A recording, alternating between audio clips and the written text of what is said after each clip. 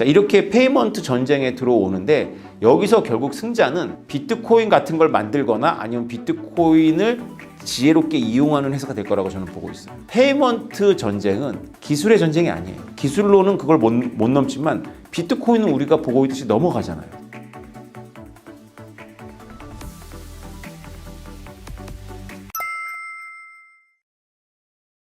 네, 비트코인은 뭐 페이먼트 전쟁을 위해서 태어났다 해도 과언이 아니죠. 페이먼트 방식은 숱하게 지난 과거의 기술의 발전과 함께 변해왔습니다. 사실 신용카드가 대중화되는데도 시간이 꽤 필요했습니다. 처음에 1950년대에 아메리칸 익스프레스 나온 걸로 제가 기억을 하고요. 그것이 본격적으로 퍼져나간 거는 1980년대부터 퍼져나갔거든요. 그런데 지금은 우리가 종이돈을 갖고 있지 않고 거의 뭐 직불카드나 플라스틱 머니라고 이제 우리가 이름을 부르는 신용카드를 사용하죠. 이제 신용카드의 시대가 끝나가고 페이먼트의 시대가 오는데 스마트폰일 수도 있고 오늘 제가 또 신문에서 봤더니 애플과 삼성을 비롯해서 많은 IT 기업들이 이 반지 경쟁에 들어갔더라고요. 이 스마트 링이라고 하던데 이 스마트 링이 바로 결제 도구죠. 비트코인 나오기 전에는 이 플라스틱 머니가 됐건 은행 수표가 됐건 옛날에 상인들이 쓰던 환어음이 됐건 페이먼트의 도구를 고민했어요. 그러니까 애플페이나 삼성페이는 사실은 페이먼트의 수단인 거죠. 플라스틱 머니를 가지고 우리가 돈이라고 이름 붙였지만 사실 그게 돈이 아니라 달러나 원화를 옮기는 비이클이라고 하는데 도구잖아요, 도구.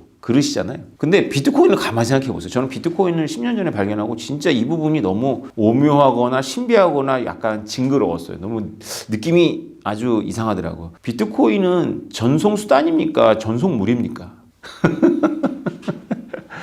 이 질문을 제가 이렇게 강연장에서 한 적이 있어요. 여러분들이 바닷가에 서서 바위 위에서 이렇게 서 있는데 확 파도를 맞았어요. 그럼 여러분들 물을 맞으신 겁니까? 파도를 맞으신 겁니까? 이렇게 제가 물어봤어요. 좀 웃기죠? 이게 물리학을 전공하시거나 이공계 분들은 잘 알아요. 파도라는 건 파동을 의미하고 물은 입자를 얘기하는 거죠. 그래서 우리가 아원자 세계로 들어가면 이 파동과 입자가 구별이 안 되죠. 근데 이제 관점에 따라서 내가 힘을 강조하고 싶으면 파도라는 에너지를 맞은 거고 입자를 강조하고 싶으면 물을 맞은 거죠. 근데 문과는 희망이 없죠. 무슨 말이야 저게 이렇게 이제 좌절하겠죠. 자, 생각해 보십시다. 신용카드나 애플페이, 삼성페이는 파도일까요? 물일까요? 물을 옮기는 파도죠. 에너지예요, 에너지죠. 근데 비트코인은 놀랍게도 양자역학입니다. 두 개의 성격을 다 갖고 있어요. 비트코인은 전송 수단이자 전송물 그 자체죠. 너무 놀랍지 않아요? 지금 사람들이 비트코인 그러면 그냥 다 아는 것 같지만 그것은 이해했다기보다는 친숙한 거죠. 비트코인은 전송 수단이자 전송물로서 애플페이나 삼성페이를 고민하고 있었던 그 경영자나 엔지니어들의 머리를 한 대 딱 친 거라고 저는 생각을 합니다. 삼성은 잘 모르겠고요. 애플은 확실히 느낀 것 같아요.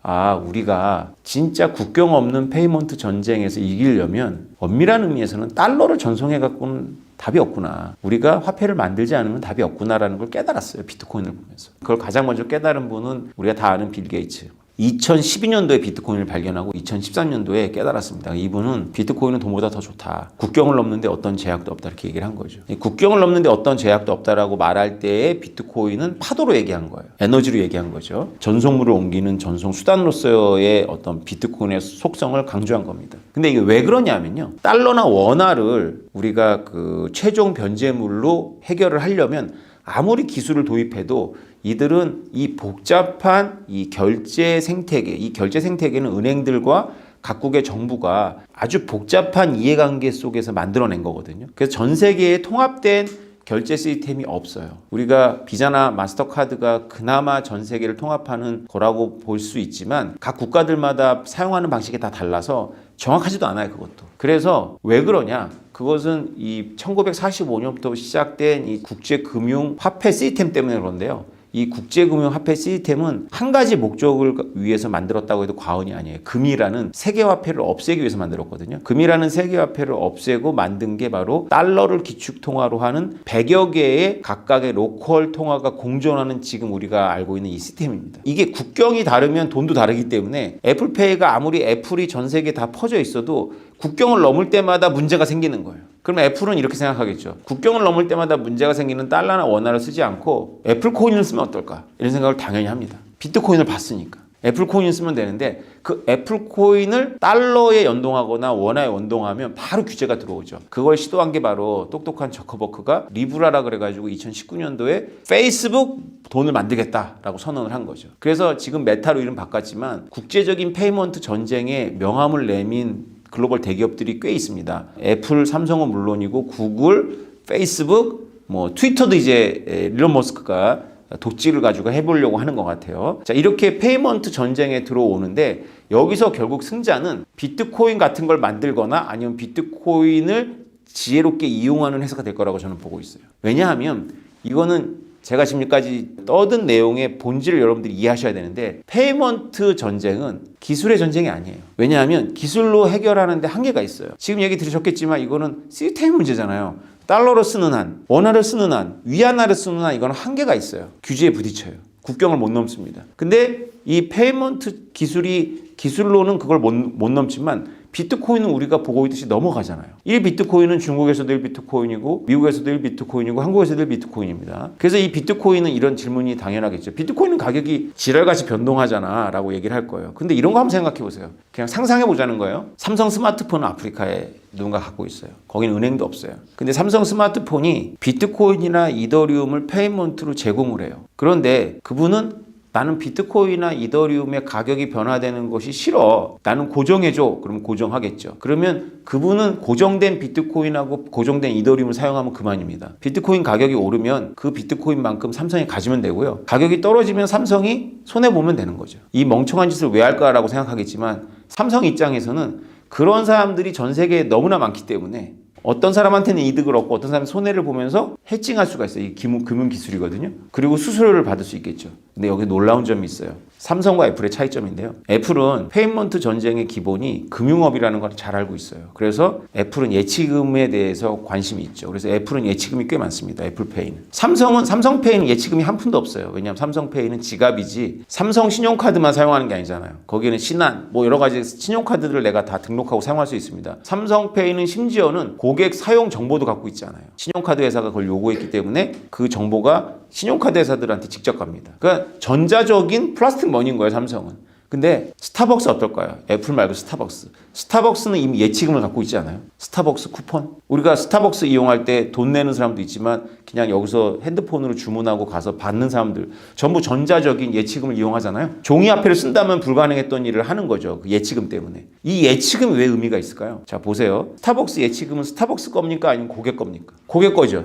근데 고객 거 아니에요. 스타벅스 거예요. 왜냐하면 그걸 운용할 수가 있잖아요. 만약에 스타벅스에 있는 예치금을 고객 거라고 한다면 은행에 있는 저금은 전부 고객 거니까 은행은 가난해야 돼요. 은행이 가난하던가요? 은행은 그 고객 돈을 가지고 운용을 하잖아요. 엄청난 신용을 창출할 수가 있죠. 스타벅스는 이미 은행입니다.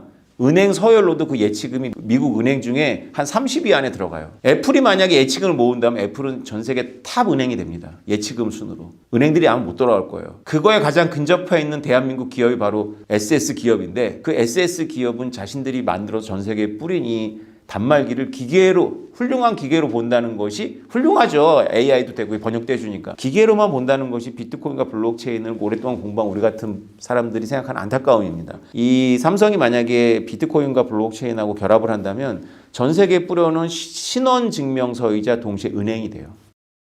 돼요. 아프리카에서 은행이 없는데 삼성 스마트폰을 갖고 있잖아요. 갤럭시를. 그 갤럭시에 우리는 갤럭시에다가 여러 가지 카드를 넣어 사용하는데 그럴 필요가 없어요. 비트코인을 넣어서 사용하면 되거든요. 그러면 은행을 거치지 않잖아요. 근데 아프리카 사람들은 우리보다 훨씬 더 열악하기 때문에 가격의 앙등을 조금도 감내하고 싶지 않아. 그러면은 삼성하고 계약하면 돼요. 폰으로. 나는 이 비트코인을 지금 가격에 고정해서 그럼 그 가격에 고정해서 쓰면 돼요. 오르면 누구 거가 되는 거야? 삼성 거가 되는 거예요. 떨어지면 삼성이 메꾸는 거예요. 이런 상상 안 해보셨어요? 이게 불가능할까요? 여기서 포인트는 뭐냐면 단말기 업체하고 아프리카 사람이 서로 합의하면 이게 당장 내일이라도 돼요. 여기에 은행이 들어옵니까? 여기에 환율을 조정하는 국가가 들어와요? 안 들어오잖아. 지금 제가 무서운 얘기하는 거예요. 삼성이 비트코인하고 폰을 이용해서 국가하고 은행을 대체하고 있을 수 있어요. 이걸 모르니까 비트코인에 대해서 엉뚱한 소리를 하는 거예요. 실체가 없다는 둥. 이걸 깨달았으니까 10년 전에 깨달았으니까 그렇게 이거를 알려야 되겠다라고 난리가 났던 거고요. 제발 좀 가격에만 반응하지 마시고요. 이 본질에 좀 놀라셔야 돼요. 소름이 돋아야 돼요. 애플 스마트폰이 혹은 삼성 스마트폰이 어떤 나라의 국가와 은행을 싹 다 대체할 거예요. 이걸 놀랄 필요가 전혀 없는 게 제가 10년 전부터 책으로 썼고 강의를 했고 영상으로 찍었는데 지금까지는 비트코인 가격이 안 좋으니까 다 뭐 미친 아저씨의 중년 아저씨의 미친 소리하고 들었던 건데 이제 1억이 오르니까 이제서야 좀 놀라겠죠 이제. 이걸 아니까 SEC가 승인을 한 거 아니겠습니까?